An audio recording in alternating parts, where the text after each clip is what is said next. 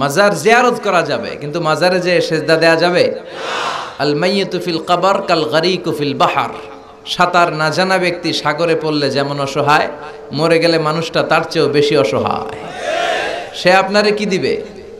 আপনি বরং দিবেন যে সালাম দিবেন, আসসালামু আলাইকুম আহলা দিয়ার মিনাল মুমিনিন ওয়াল মুসলিমিন ওয়া ইন্না ইনশাআল্লাহু বিকুম লাহিকুন আনতুম লানা সালাফ নাহনু লাকুম তাবা ওয়া ইন্না ইনশাআল্লাহু বিকুম লাহিকুন ইয়ারহামুল্লাহুল মুস্তাকদিমিনা মিন্না ওয়াল মুস্তাখিরিন।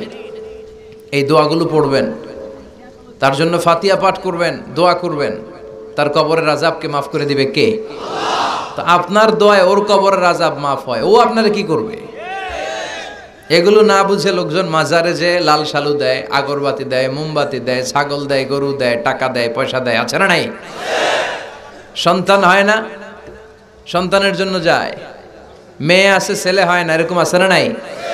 মাজারে গেলে সন্তান পাওয়া যায়? মাজারে না গেলে সন্তান পাওয়া যায় না? সন্তান দেয় কে?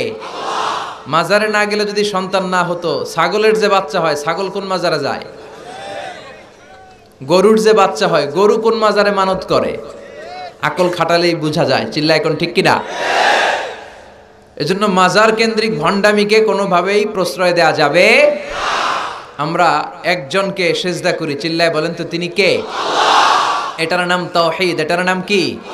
তাওহীদেরই মুর্শিদ আমার মুহাম্মাদের নাম বলো, মুহাম্মাদের নাম, আল্লাহর নাম জপলে বুঝতে পারি। আল্লাহরই কালাম বলো, মুহাম্মাদের নাম, ওই নামেরই রশি ধরে যাই আল্লাহর পথে, ওই নামেরই ভেলায় চড়ে ভাসি নূরের স্রোতে,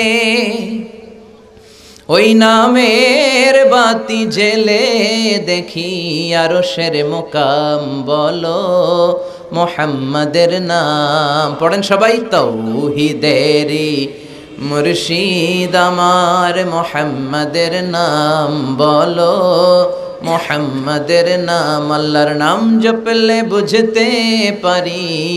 আল্লাহরই কালাম বলো, মুহাম্মাদের নাম। সুবহানাল্লাহ পড়েন। এটার নাম তাওহীদ।